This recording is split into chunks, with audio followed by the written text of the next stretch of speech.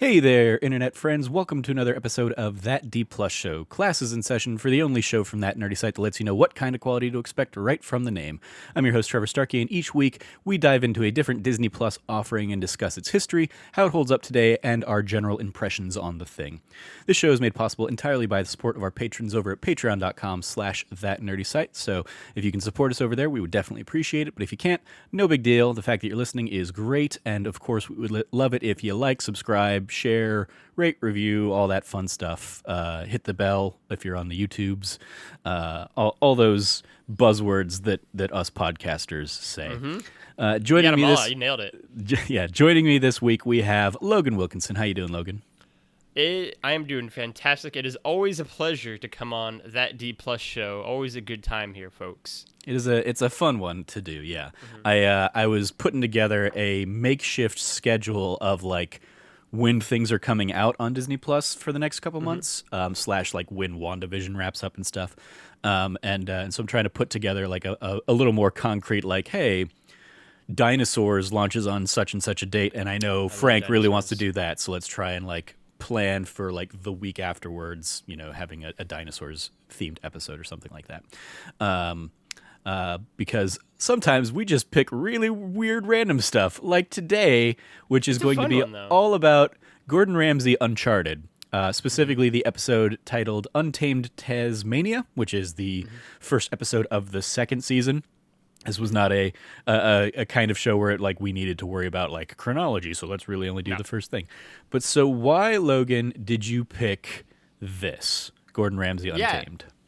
Yeah, so I think the big reason that is important to know right out of the gate is I'm a huge Gordon Ramsay fan. I love Gordon Ramsay. I've kind of loved him and all of his kind of televised endeavors for, almost literally like 15 years now. I've been like a long-term Ramsay fan back when it was like his shows were airing on like BBC America back in the day for the States.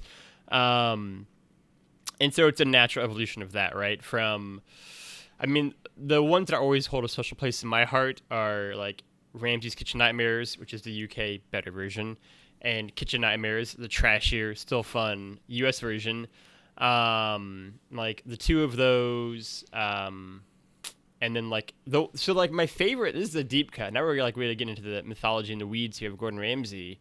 To answer your question, my favorite Gordon Ramsay show and his whole mythology, now it's a bit shakier, but certainly at the time it was the F Word, and it was only on for like 2 or 3 seasons, I think, in England, and again shown on BBC America stateside. But I liked it because it was like a cool amalgamation of like a lots of different genres. Like it had like him like sitting down and talking to like a celebrity, like doing the kind of an interview thing. It had him like all housed in like one of his like flagship restaurants. It had him do like a competition between him and that like celebrity, like who can cook a dish better. It had him like trying to train not cooks into the restaurant and like see how they perform against like other not chefs during like the course of the season. And then the part that I always really liked was it had him just like living his life, like him and his family, like raising sheep to eventually slaughter, him and his like son going off and like on an adventure together and like just doing stuff. And it felt like throughout all the different elements of the show, it was like the most like authentic Gordon Ramsay. And so I always really liked the F Word. But yeah, Hell's Kitchen is great. Again, obviously me and Trav are going through every season of that right now. Stay tuned to the future post of that. But it'll be a mammoth piece whenever it does go live. But no, so I've always loved Ramsay. And then this kind of has the extra added element of being a travel show, and like slash nature. And I love both of those kind of style programs as well. So it felt like a natural kind of obvious fit. They don't have obviously his like big marquee shows on Disney Plus. Yeah. And so it was a fun one to kind of still incorporate some sort of Gordon Ramsay in the show. Yeah, I have like no relationship with Gordon Ramsay. That's like totally I fine. know him as a persona, and I know Hell's Kitchen. I've seen the ads and all that stuff, and I know he's Master angry. Chef, yeah. Angry, yeah, Master Chef. I know that persona, and I know, when he leans into and has fun poking fun at that persona and all that stuff. But like, yeah, I think this is the first time I've ever watched any kind of like full length program around Gordon Ramsay. It's So really it's yeah, it was really interesting. funny too, because and I don't know where we'll like get into this. So like I'll just kind of like touch on it briefly before we kind of get into a larger point. But like, it's really interesting as someone who has seen almost everything he's kind of done, right? That this is one of the most different, I think, shows of his that I've seen. And I'll touch on that further later on, because that'll kind of be like the main topic, obviously. But like, it is interesting watching this one in the context of like the other shows and other programs he does. And yeah, we'll get into more of that later. But it was definitely interesting from my perspective as like a longtime fan to watch it as well, I will say. Yeah, I mean, like my go-to image of Gordon Ramsay would be like him yelling at sous chefs in the kitchen for them screwing up, the slightest thing or something like that. And so this is a fun little twist on it where, yeah, like he's got, a 13-year-old girl kind of like judging him and giving him crap and stuff Yeah. like that. And he's taking it and he's like having fun with it. Yeah. He's much more like lighthearted in this than I was anticipating he would be. But yeah, so a little bit of the history lesson on this. This is from the rare on D Plus show, National Geographic side Yeah. of the thing, which is always like it always means a little bit extra work on my plate because those shows are not nearly as like IMDb trivia heavy and stuff like that. Sure. And I'm not gonna go in and I don't have like a cast to go through and like scour the IMDb for. So I had to come up with some ideas for what to really tackle on this one. But the history lesson on this episode in particular, originally released in June of last year, June 7th, 2020.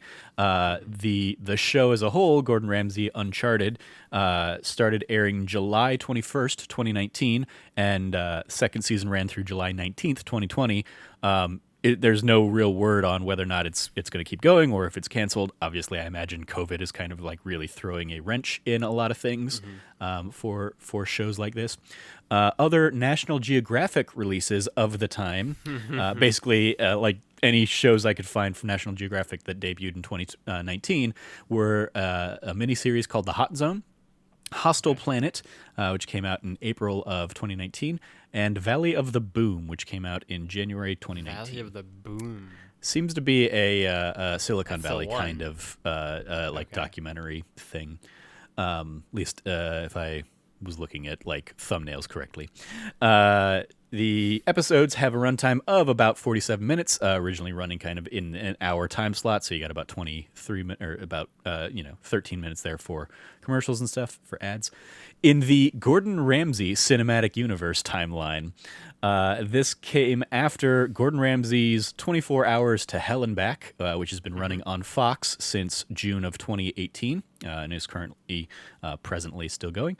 And then you have the series Gordon, Gino, and Fred Road Trip, which has been running October 2018 through the present on ITV. And then this one, Gordon Ramsay Uncharted, running from July 2019 to the present on National Geographic. And MasterChef Australia had a brief limited run April 2020. That was like the new show he had kind of on his docket last year. The one thing that was able to kind of seemingly be run in 2020.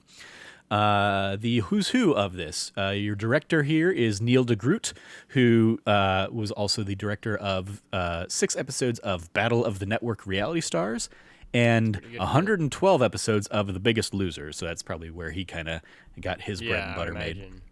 And then, of course, starring Gordon Ramsay, who kind of made his breakout with a series Boiling Point back in 1999. And then kind of the series that you were alluding to, Hell's Kitchen, there was probably his real mainstream breakout, where he had a season in the UK, and then from 2005 to the present day, that show has been running season here in the US. 19 debuted in January here. Yeah. And then MasterChef being the last one that I pulled in here. Yeah, it's really interesting. Like Boiling Point actually is like a legitimately supposed. It's one of the few things I've not seen. Ironic enough, even though it's like the thing that made him like a household name in England, at the very least. It's supposed to be like a legitimately great documentary of just like the process, because the whole pitch of Boiling Point is that like it's Ramsay going for his first Michelin star, and just kind of like the exacting demand that takes on him and like the toll it takes on his like team around him, and like it is like a really supposed to be like a really cool like documentary of like kind of like an auteur trying to capture like perfection, and like it's supposed to be and it's like also obviously he became infamous for his colorful vocabulary, we'll say, that was put on display in Boiling Point, which I think is another hallmark of Gordon Ramsay. Hell's Kitchen and MasterChef until watching with. this, I wouldn't have even been able to pinpoint that he was Scottish, just because of my incredibly limited like exposure to him. Like I knew he curses like a sailor, but I wouldn't have pinpointed that as a Scottish accent that I'm hearing. It's really funny too, because the Scottish out of it, where, and I always forget about it, and then it's like I'm reminded somehow because I follow so much like soccer stuff, where like Gordon Ramsay was like a soccer player. Like this is what he was in like the youth team. I'm pretty sure, definitely would have been I don't think the main team of like Scotland's biggest football club, in Rangers, or one of the two biggest. And like he was there, like he was like a burgeoning like soccer like guy, and then like injuries kind of derailed his career, and like cooking was also like always that big passion too. So he kind of went a different route, but like it is interesting to think like just how much like that Scottish heritage is like woven in him. The other thing I like to always point out is the difference between Hell's Kitchen and MasterChef. And like Ramsay himself will touch on this, where he'll say, why are you so hard on like the Hell's Kitchen contestants versus like a lot of your other shows? Like you can be more chilled. He's like, I mean, these are actual chefs. These are actual cooks. These are like, this is what their job is day in and day out. Like they should have a certain set standard that I expect of them. Whereas in MasterChef, where like Greg put an audition for it like a year or two ago, it's like they're just amateur people who like to cook, and so it's much more about like kind of nurturing their love of it, which I think is shown most wonderfully in like YouTube compilations of Hell's Kitchen clips versus MasterChef Junior clips of him like helping out like these like 7-year-old kids who are like crying. He's like, oh, you're like doing amazing. Like he's like such a like lovely person to them. And then I'll look at him just like fucking ripping some guy's head off in the kitchen in Hell's Kitchen, and it's like the best like back and forth mix. Yeah, and again, we see a lot more of the MasterChef Junior side of him in this show, I would say. I think so, Still, he's got some of the fun, colorful language, which is it's another thing. Like it's funny to see that or like know that it's there. Obviously, it's censored and everything, but like just knowing that's on Disney Plus is just funny to me as well. But yeah, so trivia. Again, usually I go to just pull IMDb for this. Weirdly, IMDb did not have any trivia listed for this, so I just kind of went and pulled some Gordon Ramsay trivia. Gordon Ramsay was knighted by Queen Elizabeth in 2006. He for like excellence to the crown or whatever in the areas of culture. Restaurant Gordon Ramsay, located at Royal Hospital Road, London, was voted top restaurant in the UK in the London Zagat survey in 2001 and was awarded its 3rd Michelin star. So, he just had in terms of like the timing wise, Boiling Point being 99, it makes sense that he would have gotten his 3rd around that time then.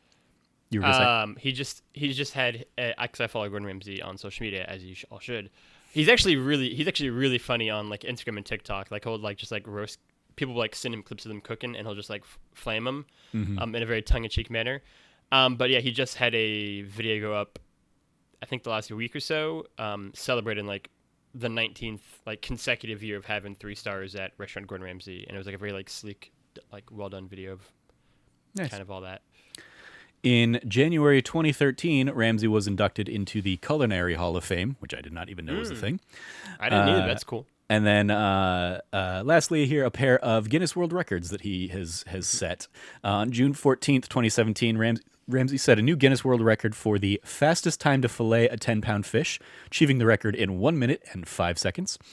And then a couple months later, on August 16th, 2017, Ramsay set a Guinness World Record for longest pasta sheet rolled in 60 seconds, which measured in at 1.45 meters. And then I went and did the extra conversion math, and that equates to 4 feet 9 inches. So Jesus. That is a tall sheet of pasta in 60 seconds.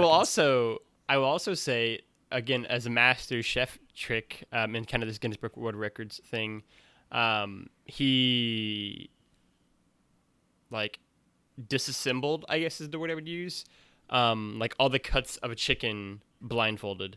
So you got like the legs, the thighs, like the breast, like everything. Did it all just blindfolded, and it was like it's actually pretty cool to watch. It's like only like a 2-minute video, but it's like kind of rad. If I'm just because and like my favorite thing that me and Shrav always talk about is how like, and I think you see it in this show actually, which is kind of cool one for like you have to watch first. Is that like Gordon Ramsay is like so fucking foul mouthed and like so like angry, kind of on display in like certain moments. But like at like the core of Gordon Ramsay is a fucking goofy ass like dork of a kid who just likes to like show off and like pull like pranks and like he's always dressed in like in costumes and shit like that on like shows. Like he just is very much like a kid at heart, and like I think you see in like certain things he does where it's just like, yeah, I'm just trying to like just do dumb shit like be blindfolded and disassemble the chicken and roll along a sheet of pasta, and everything in this show really is just him being goofy. In this show, shoveling sheep shit. Yeah. So let's dive into the show proper. What did you think? So this is, you said, is this the first time you've watched any of the Gordon Ramsay Uncharted? Yes, yeah, it's the first time I've ever watched any of the Gordon Ramsay Uncharted. And like I was kind of alluding to earlier, it's interesting because I think this is almost the most like classically TV I've seen Gordon Ramsay show be. In terms of how it's like formatted, in terms of like how he's acting, like it's like the back and forth of some people. It's like, oh, this is like, yeah, like this is like a reality TV show in a way that like a lot of the stuff is more like, certainly feels less like TV and more like real. And this one very much was like, oh, this is a TV program. This is like a shit, like this is what it is. And like, you still get really great moments. Again, the shovel and sheep one is great, but like one of my favorites is when he's in the car with, I think it's like Sarah is her name, and they're driving around in Harriet, and just him, that entire exchange I think is really great. But like him getting out every gate, another gate, another fucking gate, and like they had really good like a back and forth, I think, and they got along really well. And so like that whole sequence I actually just kept like laughing at and chuckling at. I think the scene of him going hunting for crawfish, and like great white sharks being there, was like a funny like, oh, what's gonna happen, like again classic TV moment thing. It is, unless you think for even a half a second about the fact that he's doing a voiceover, clearly after the fact. Yeah. So it's like, well, he clearly is fine. Like no real danger here. That's the thing. Like it's like the most classic TV where like they do stuff like that, and it's like, well, what happened? Stay tuned after the break, kind of thing. Yeah. And then after every commercial break, it's like you replay the last 15 seconds to like reset it up. And like especially having like just being binging through like all of Hell's Kitchen right now, like, and I haven't seen MasterChef is a bit more TV because it's so quintessentially American, but even that is like less so. Like, it is funny to see like how it's made differently versus some of the other stuff, right? And I think the difference between like this and MasterChef and the F Word, and some of his other programs versus like what's kind of happening here is a funny like juxtaposition of, you kind of pointed to it earlier, like his like caricature of who he is, and so it's kind of fun to see it from that regard as well. Yeah, some of the things that like really jumped out at me, like I really enjoyed the episode, and it was one of those, like, as somebody who like, I like cooking but I never do it, because cooking for one is just not, isn't always practical. So I loved like the cooking moments of it, and I love how much he loves cooking, and how like that's the kind of thing, like just like with any creative endeavor, like seeing somebody like who really is passionate about it, really loves it, get to do it kind of at a top level, is a ton of fun. And him kind of like learning from all these other people, in the Tasmanian kind of culture, him getting really excited about how tender the wallaby is and stuff like that. How strong the crayfish was, and then when like he kind of eats it in turn, and the guy's like, yeah, like you felt that muscle firsthand, and now you're like, this is why there's so much to it, is because like it's, it's a strong ass thing. Yeah, and then like really like I loved every little like bit of his journey, every little interaction that he kind of has and kind of trades off. It like I love right out the gate like the Annalise Gregory cons him out of his watch, and I'm like, like sure that could have been a stage bit and we'll get it back at the end of the show or whatever, but like I like the idea that it wasn't that like that she just kind of comes in is like everything about this about society here is about bartering. It is about kind of giving and getting, and he's like, well, oh, shoot, I didn't bring anything to give, and she's like, I like that watch. And he's like, fuck, all right. And he just like he goes with it, so I love that. Yeah. Like one of the weird things was like he's wearing the same outfit for the whole week basically. I'm like, I didn't understand that. Like obviously I'm guessing it's multiple iterations of the same attire or whatever, but I was like, sure, it's a weird choice if you're establishing this as a week-long thing and then he's wearing the exact same thing. Maybe it's like it makes editing things together that much easier because you don't have to worry about like maybe things being in and out of time or whatever. But yeah, like I love the cold open of like him in the small plane that's about to kind of do a sea landing or a lake landing, and he's just like, I fucking hate small planes. That they then come back to like 3 times throughout the episode. Yeah, it was just a lot of fun. His love of the honey was delightful.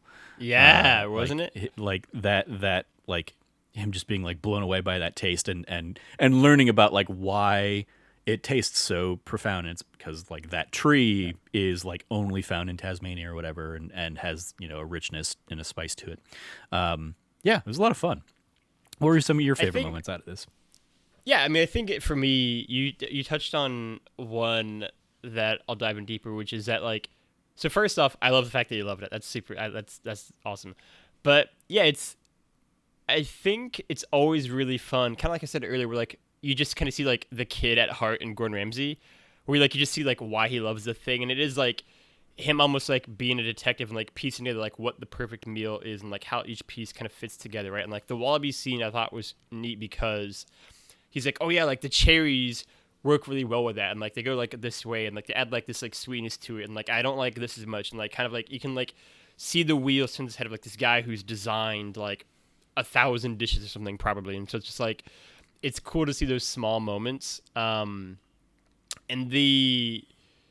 I think throughout this episode, and if I had to guess that the whole series, you just get to see someone who just has, like this unabashed love of food and cuisine and kind of what makes it special to everyone, right? And kind of what each person brings to it. And I think those are the things that really stood out to me, right? Because this isn't like he's done a few other like just like one-off travel programs where he's like gone to like certain locations and done stuff, and clearly like taken that idea and like made it into a show now. And every time I was just like, yeah, like I think this is just a dude who loves food. Like he just loves cooking and like almost like the art behind it, right? Of like again like piecing all the pieces together like so they fit so well. And that's kind of what it was for me, right? Like it's such a great mixture of like really like highbrow like the artistry of food mixed with like I'm gonna shovel shit now, or I'm gonna go fight a crawfish, or I'm gonna go fly fishing with she was I think 13-year-old, and like all these small things that I thought were just a ton of fun, right? Like again, it's what I kind of said at the beginning, where it's like this does just kind of feel like this is just like if you bumped into Gordon Ramsay on the street, like this kind of feels like what he would probably act like. He's kind of goofy. He still curses a lot, but he's like kind of down for most shit. And like that's kind of fun to see. Yeah, I some of the definitely the standout sequences for me, like you kind of already touched on the one of like him and Sarah and having to deal with every single gate on the island kind of thing. And I love the fly fishing bit, and Claire, the girl, basically like him asking, knowing that she's gonna probably be a teenager about it, and she's like, yeah, it's a 6 out of 10. He's like, all right, I got to work on that. And then like it coming back around and him getting a 9 out of 10 for the crayfish. Still not perfect. Still not, Yeah. like Michelin star level crayfish, here. But like I love that. And then yeah, just his whole interaction with the what was the guy's name? Ewan. No, Ewan's the beekeeper. Ewan was fun too. I wrote down a quote from him. They're ladies, so you got to treat them with respect. Ewan, the strong Tasmanian beekeeper. Yeah, I don't know. I guess I didn't write his name down, but the sheep shit whiskey guy from the Belgrove whiskey guy. I love like the wrap up that Gordon has with him of just like that guy's a fucking genius. Like and hearing that like yeah those bottles are selling for 200 bottles, $200 a bottle or whatever. It's from something that is coming out of like a very rustic used washer dryer thing. Like clearly the guy knows his stuff and is putting some work in there. So shout out to that very kind of gourmet level stuff there in the the back roads of Tasmania. I love like him having his little flourishes when they're doing like the cook off at the end of like doing like that's the most expensive flambe I've ever done. $200 whiskey thrown in there to a splash of that to get the fire and stuff. Yeah, it was just a fun, like charming thing. I also appreciated the way it opens with kind of the Aboriginal like welcome dance thing. I was like, oh, that's a neat thing to kind of like introduce as like his competitors like literally swimming out of the sea with sea urchins that she's been out gathering. It's like, okay, it helps set the tone for what kind of show this is going to be. It's going to be celebrating the culture of the place he's at, obviously, with the people that are there, not only kind of this like master chef that he's there to kind of compete with, but also the kind of the people along the journey. It was just a really cool fun thing. I think to that note too, like one thing that I actually like pleasantly surprised by was like Gordon just like calling out like the like history of like colonialism on like Australia. Like he just like and like in the first like minute of like the show, it's like, oh damn, all right, we're all right. Yep. I like it, Ramsay. No holding back punches here. And so, but yeah, like I would say like like the review of the show is just it's fun, right? Like that's the thing. Like there was just this sense of fun to it, right? And like the easy comparison to make is like Anthony Bourdain's like Parts Unknown kind of vibe. And I think there's definitely something there in terms of like these two world-class chefs, like just absolute like legends of what they do, who just each have this kind of like passion and giddy excitement and love of food. And I think that whereas Anthony Bourdain kind of had his as someone who is kind of like this almost elder statesman who gets very excited about stuff still and has great conversations and like kind of drunken confessionals. Ramsay is someone who's taken it almost at the approach of like someone between the ages of like 6 to like 13, and he's just kind of a bit of a mischievous like shithead, and down for like a bit of a fun time, and like it's kind of fun to see the different balances in that as well. And so yeah, it's just that sense of fun I think pervades the entire 40 some odd minutes. Yeah. Good fun time with this. It made me want to watch more, which I think is the purpose of the first episode of a show as well. Yeah, certainly. Like if this were my kind of thing, I'm in the same boat. Like I was like I'm tempted to watch more, but then I'm like, but also video games. So video games won out the night.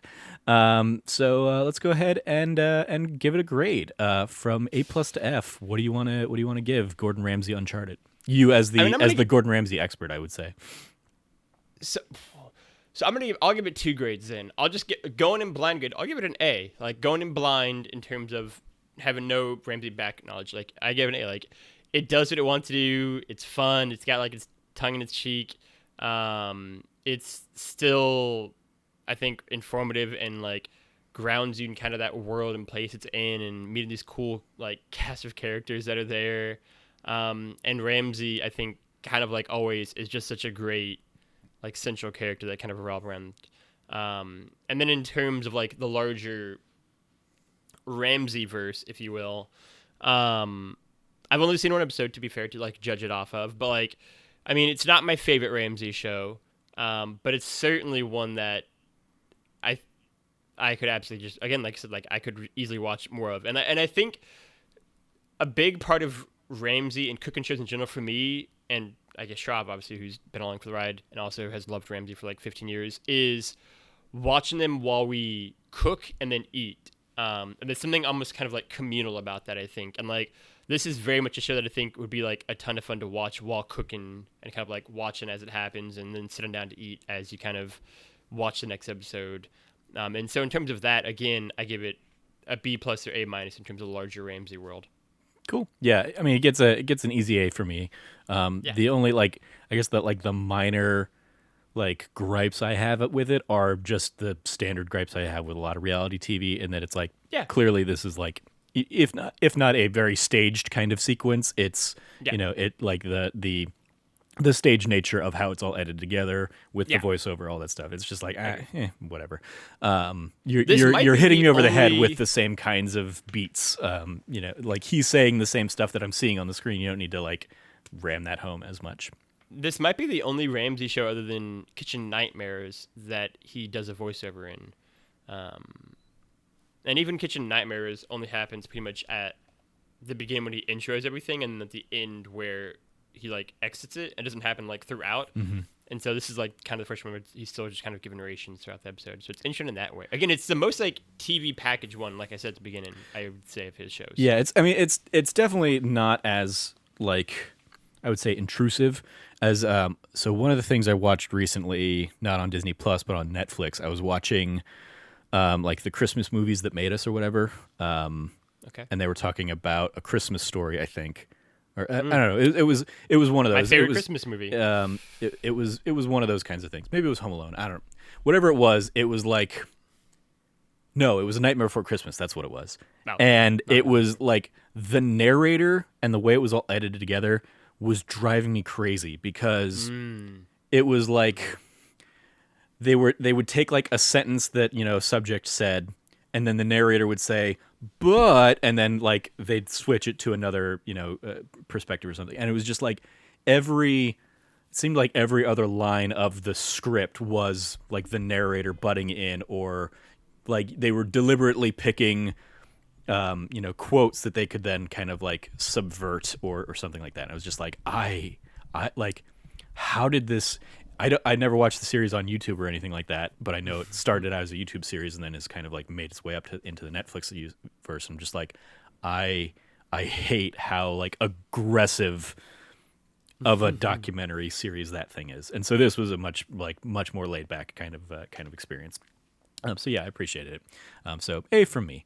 A little bit of extra credit for you, other suggestions, and this is what like I went above and beyond this time because normally I'm just like, here are the 8 things that Disney Plus suggests. But if I were to just go through like the names of these things, I would have no idea what they were actually suggesting. So I went in and I pulled in the descriptions and kind of looked at like what these shows are. So you've got. Kind of right off the bat, one of the things that pretty much any National Geographic show will direct you to is the Disney Plus one that they created, The World According to Jeff Goldblum, which ran for a season. Don't know if they're ever going to bring that back. But the description there is, Jeff Goldblum pulls on the thread of a deceptively familiar object to unravel a world of astonishing connections and fascinating science and history. I watched a few episodes of that back kind of when Disney Plus launched. I enjoyed it, but like, it's a lot of Jeff Goldblum, and I like Jeff Goldblum apparently in smaller doses. Jeff Goldblum, I think, is a great supporting actor in what he does. Yeah, he can be. He's an a lot personality. Yeah, Life Below Zero, which I like, has been running for 14 seasons. Wow. Yeah, the premise on this one: deep in Alaska, the primal way lives on. Fight the freeze, brave the wild, hold on to your sanity. And winter is no wonderland when temperatures plummet far below zero. So basically, like living in Alaska in the very extreme colds. Lost Treasures of the Maya. One season of that. National Geographic explorer Albert Lin ventures into the Guatemalan jungle to explore how a new high-tech treasure map is revealing tens of thousands of ancient ruins. Atlantis Rising, a film. Oscar-winning filmmaker James Cameron and Emmy-winning filmmaker Simcha Jacobovici, maybe, Jacobovici, I don't know, whatever, go on an epic adventure to find the lost city of Atlantis, using the works of 4th century BC philosopher Plato as a virtual treasure map to lead the way. Cool. Free Solo, which is like the one I had heard of, really, is a film. Free Solo climber Alex Honnold prepares to achieve his lifelong dream, scaling the 3,200-foot El Capitan in Yosemite National Park without a rope. I remember like hearing about that and it, cleaning up in award season stuff a couple years back and just being like, that sounds terrifying. I'm not a huge fan of heights, so I do not want to watch that. And then especially when you think about like, not only is he climbing, but like the camera person that's with him is also out there, putting his life on the line. Probably, more in a more secure fashion, but it's also like insane. Hostile Planet, which is one of those that just launched in 2019, so there may be future seasons to come, but one season so far. A beautifully filmed global tour de force, Hostile Planet draws attention to extraordinary accounts of animals that have adapted to the cruelest evolutionary curveballs. It's supposed to be really good. Wild Yellowstone, one season there. A unique and jaw-dropping location, Yellowstone is paradise. But for the animals that live there, life is often not easy. Filmed in both summer and winter, with remarkable close-range footage of Yellowstone's wildlife, Wild Yellowstone captures the beauty and essence of the land and animals in a place that is like no other in the world. And lastly, Titanic, 20 years later with James Cameron. Boo. Another James Cameron one. James Cameron looks back at the critical choices he made when creating Titanic and puts those ideas to the test against a wealth of new Titanic research. So those are the National Geographic suggestions for if you watch Gordon Ramsay Uncharted. Check them out. Extracurriculars. You watching anything else on Disney Plus? You check out that WandaVision? Sure am not. No? I have not checked out WandaVision yet. I watched the first couple episodes, obviously when they went live. Watched them a couple times just to kind of like enjoy them. We'll probably do. My tentative plan is I want to try and do like a mid-season check-in on WandaVision and then kind of a full season wrap-up.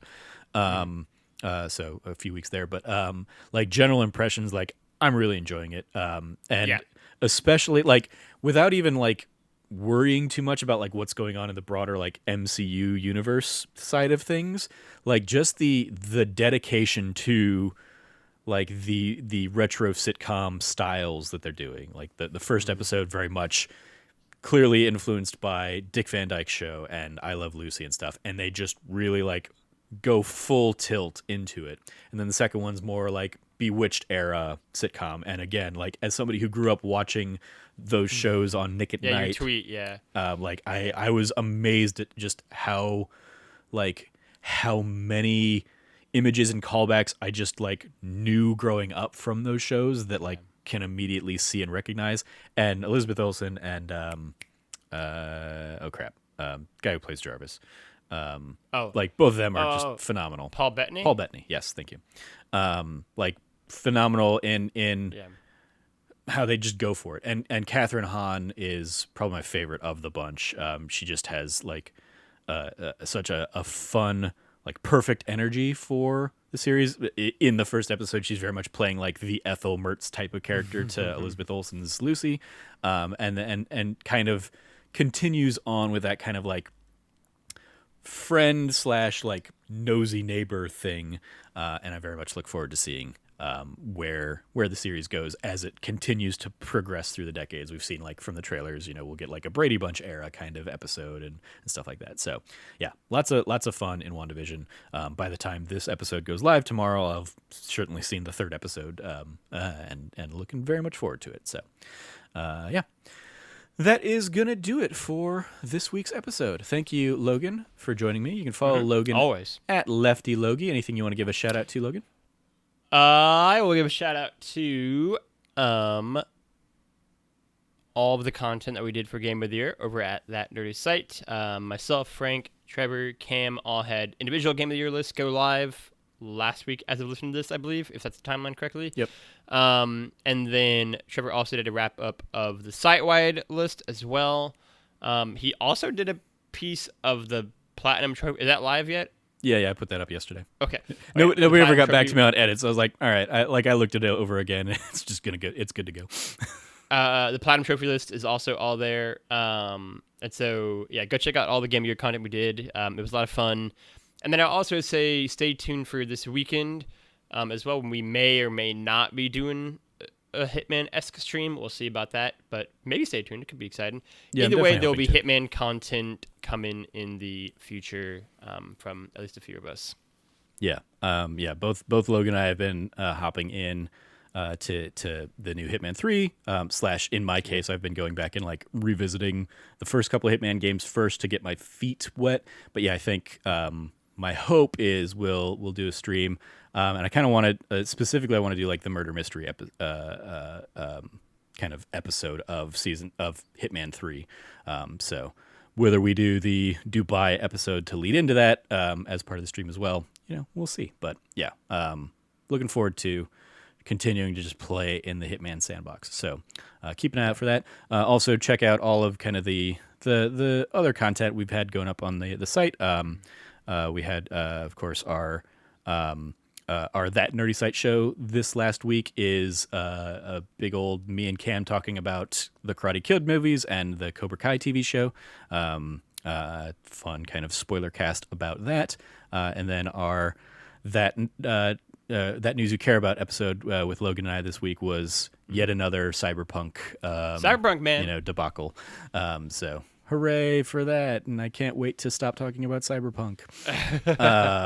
So yeah, check out all that fun stuff on our podcast feeds or on our YouTube channel, or go to the website for kind of all the latest from us. Anything above and beyond that as well. You can find all that over at That Nerdy Site or thatnerdysite.com.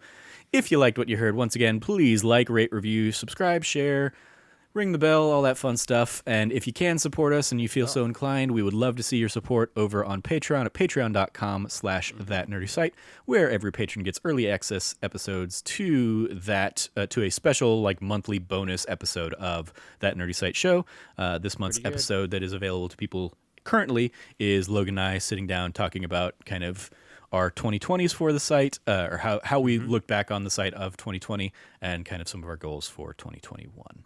Including, trying to do more streaming stuff and all that stuff. So thank you for joining us. As always, stay nerdy, be good to each other, and class dismissed.